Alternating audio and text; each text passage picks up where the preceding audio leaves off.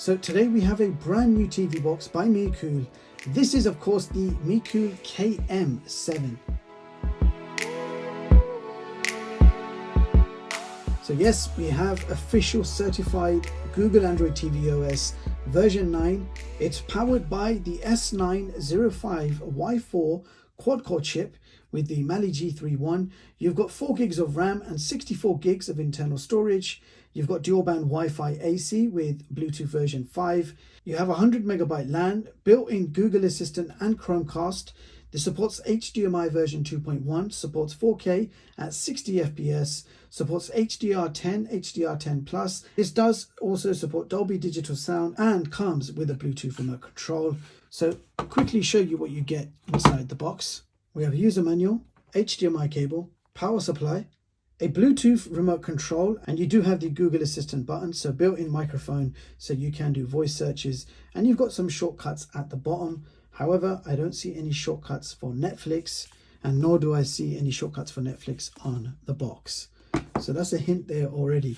TV box itself is made from plastic. You've got the Mecool logo on the front. You've got 3 LED indicators on the front. On the side, there is nothing. On the back of the unit, you've got an AV port, 100 megabyte LAN, HDMI 2.1, power socket, and if we keep going, you've got 2 USB ports and a micro SD card slot.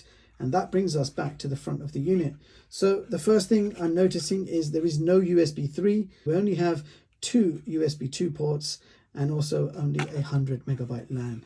But nice to see micro SD expansion included. Quick look at the bottom of the box. So we do have plenty of ventilation going all the way around. So without any further ado, I'm going to get this hooked up to my TV and capture card, and we are going to find out exactly how good the Mecool KM7 really is. I'll be right back. So first of all, I ran a boot up speed test, and this TV box took 37 seconds to fully load the home screen from a cold start. And here is the home screen, and this is running the official Google's Android TV OS version 11, with everything conveniently placed on one page for a user-friendly experience. The layout and shortcuts can be completely customized to your own personal preference. Now, if we head over to the main settings, go to device preferences and check out the system storage info, you will see that this box has 64 gigs of internal storage, from which you have 56 gigs free to use. Now, if we have a quick look in about, you will see that this box is running Android TV OS version 11, which means we should have a fully working Chromecast built in. So I'm going to grab my phone and try casting a video from YouTube. I can't stop.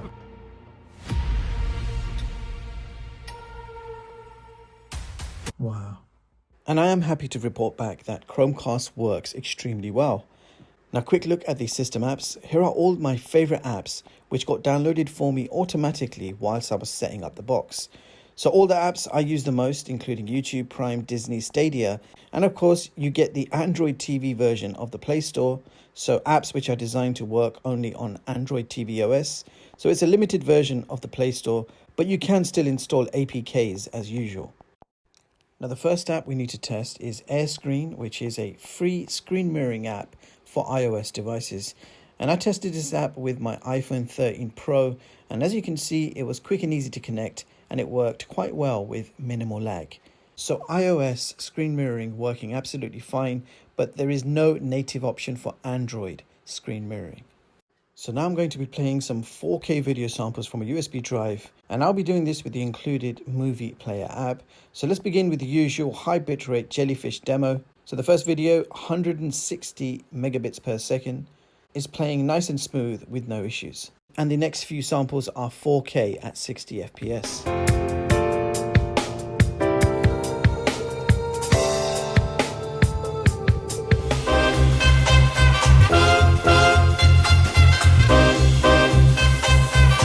It's time for some YouTube streaming, and this box supports a maximum of 4K at 60 FPS with HDR.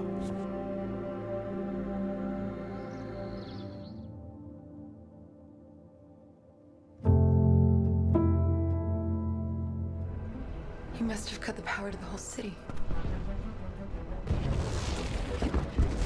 Too late.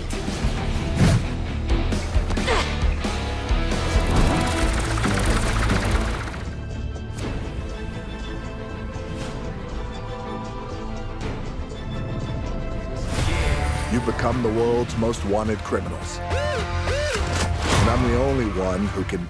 Powerful people make places powerful. So Netflix was not available to download from the Play Store, so I tried sideloading an older version, but I could not get past the loading screen. So unfortunately, Netflix is not supported on this box. There might actually be a working version of Netflix that you can sideload, but the few that I tried did not work. On the other hand, Disney Plus is available to download from the Play Store, giving you a full 4K streaming capability. Disney Plus works absolutely fine. And for those of you who are into Amazon Prime Video, again, you are getting 4K streaming capability from Prime Video. Alright, so it's time to move on to the gaming test, beginning with Asphalt 8.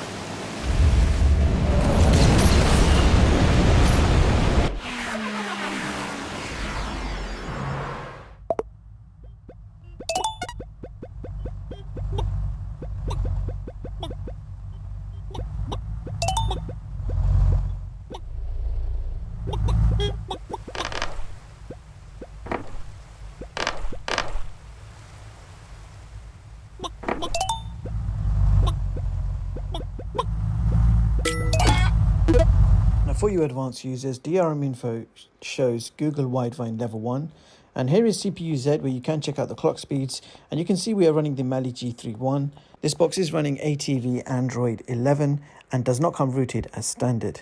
And for the internal disk speed test, we achieved read speeds of 117 and write speeds of 47 megabytes per second. In the Wi-Fi speed test, we achieved download speeds of 62 and upload speeds of 20 megabits per second. And this is typically our top speed that we achieve in our office. So that brings us to our benchmarks. Now, unfortunately, Geekbench is not supported. I could not sideload it either.